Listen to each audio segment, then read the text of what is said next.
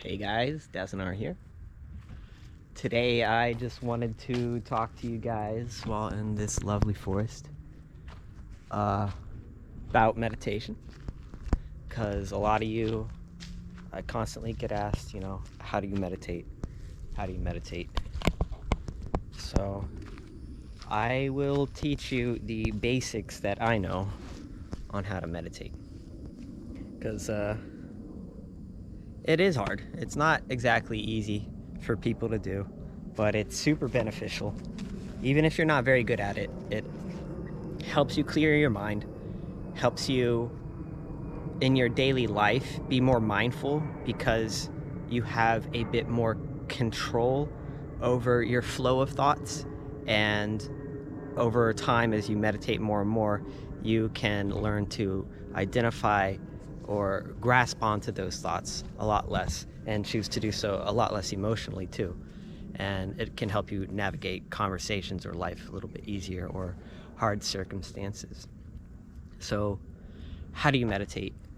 Well, I'm out in the forest. I don't necessarily recommend, if you're new to meditation, that you go outside where there's going to be lots of bugs.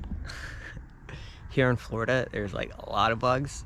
So part of the meditation is just kind of like getting used to that. But I definitely use bug spray, because you'd be crazy not to, because you'd actually be getting like bit, and your mind would just be like, no, you can't deal with this. So as at my level of training and understanding of meditation, I couldn't deal with like mosquitoes actually biting me, so I use bug spray. But ideally, I would suggest, if you're starting off, be like indoors somewhere where it's going to be comfortable. But you're going to want to probably turn off your cell phone, turn off your computer. Don't put on music. Don't put on music just starting out. Like, you don't need it. If you have a window to look outside of and you get some nature views, that would be ideal. Like, because looking at nature, I feel like, is super helpful for me to just like kind of focus on a certain point, and it's almost comfortable to like change your points of view in nature, because like nature just has so many different things for you to look at. Whereas if you're just looking at your wall in your room, like it's you just get kind of stuck on one little point in your room and kind of mesmerize yourself around that.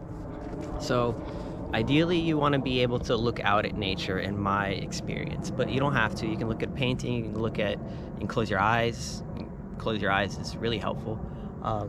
Or you can stare at the wall. You can do whatever you want, right? You can look around, right? It just kind of starts to make it a little harder because your mind starts talking to you. But once you've picked out your spot and you've kind of turned off your distractions, then you can kind of start practicing meditation. And meditation is kind of like zoning out, in my experience. When you zone out, you kind of start daydreaming, and meditation is like that without the daydream, right? You're trying to not associate with your thoughts, so you're trying to kind of just go out and find a comfortable area for your mind to just stick to. I don't know, it's really hard to explain how you kind of like zone out, but that's an easy step that I'll do. If not, you can kind of just sit there with your eyes closed, in a meditation pose, and focus on the breathing. And that's super, super important. I often just do this technique because it's really easy to do. Focusing on your breathing gives you something to kind of keep your mind focused on, and helps you maintain your meditative like focus, right? Because otherwise you're going to be constantly distracted by what the mind's thinking about. Oh, hey, you just got a text message, or hey, this show that you were watching last night, this scene that you were thinking about a lot, or going to think about it again, or hey, what do you think your girlfriend thought about this, or hey, that meme you were checking out earlier today, or hey, their grocery list, you need to add this to your grocery, or hey, that's the part of the mind that you have to, that you begin to have control over. Because in our everyday lives, that part of our mind, we just let loose. It's just like, what do I need to do now? What do I need to do now? Bing, bing, bing, bing, bing, bing, bing, bing, bing. You're just following your mind's thoughts. But in meditation, you're allowing yourself to not follow those thoughts, to see those thoughts come up and not to attach to it. And if you get lost in thought and you keep going along with mind's agenda and what it wants to discuss with the viewer, you, the viewer, you get lost in thought. What you can do is you come back to your breath. It's simply and just focus on that. Having a mantra to say helps, like, a basic one's like on in Om Shanti, and you say that in your head. On out it's Shanti or Om. There's so many different mantras you can look up. You can get really specific, and if you want to get really into the belief of them, there's a lot of powerful ones out there. I just make up my own, and that's what's powerful to me, right? There's nothing more powerful to me than my own imagination, and I encourage you guys to empower your own imagination, do as well too. But if you also can identify with like certain things, like I said, I use Om Shanti a lot too, and it really helps to give my mind some focus and focus on the breath, and brings it back, and it stops it from thinking about wanting to check my backpack, make sure there's no ants on it or whatever, right? The mind just will keep bugging you. So that's the basic principle of it. I'm not a master at meditation at all. I'm pretty bad at it, just like you guys. I just practice it a lot. My biggest problem is I never meditate very long. I think the longest I generally meditate is 20 minutes or so before my mind wins over, and it's like, all right, come on. We're at peace, bro. We're at peace. Can we go have some chaos? And I'm like, eventually there's enough of holding back the waterfall of mind for me personally that it's just like, all right, let's let the dam go, and time to get back to self, ego, and whatever I would like to get wrapped around in, because what else are you gonna do? You be nihilistic and tap out of all reality forever? That is the way of Buddhism. When you look into Buddhism, that is the goal, to tap out of all of this self-identifying and just be enlightened and not come back, not reincarnate back into this body. So once I tuned into that when I was younger, I was like, oh, fuck no. I like this. I want to come back.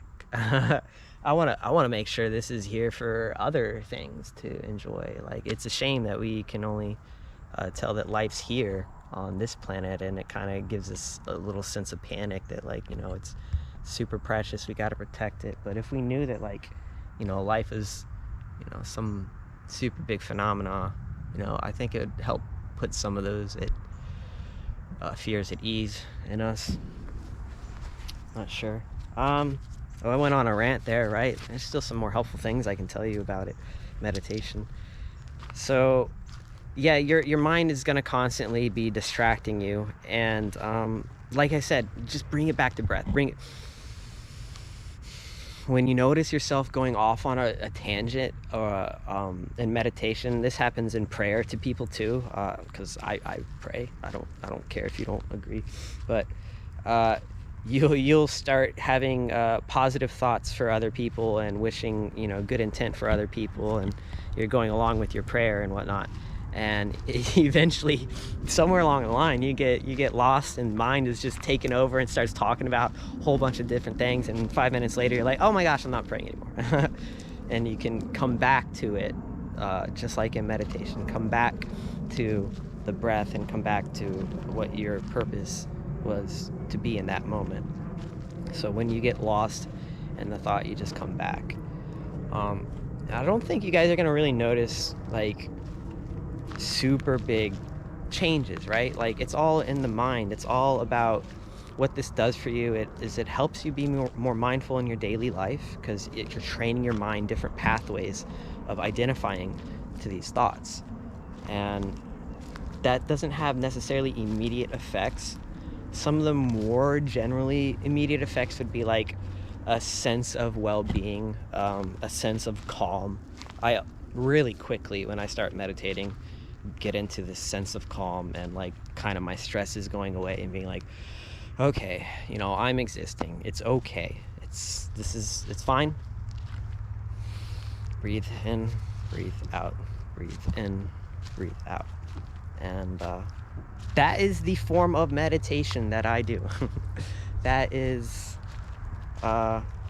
what I can give you tips on. There's some other meditations that I'm trying to get involved in that are like breath work and just some other things that I've been trying to get involved with, but I don't really, it's more intense, so like it's kind of like almost like hyperventilating, and it's really intense, so I don't do it too often. Fire breathing, I forget what it's called, but maybe I'll talk about it some other time. But yeah, I hope you guys can use some of that information in your own life. It's kind of, what are we at, 11 minutes? I'm rambling, guys. Oh my gosh. Thanks for watching. Like, comment, subscribe, all that cool stuff. Thanks. Peace. Love you guys.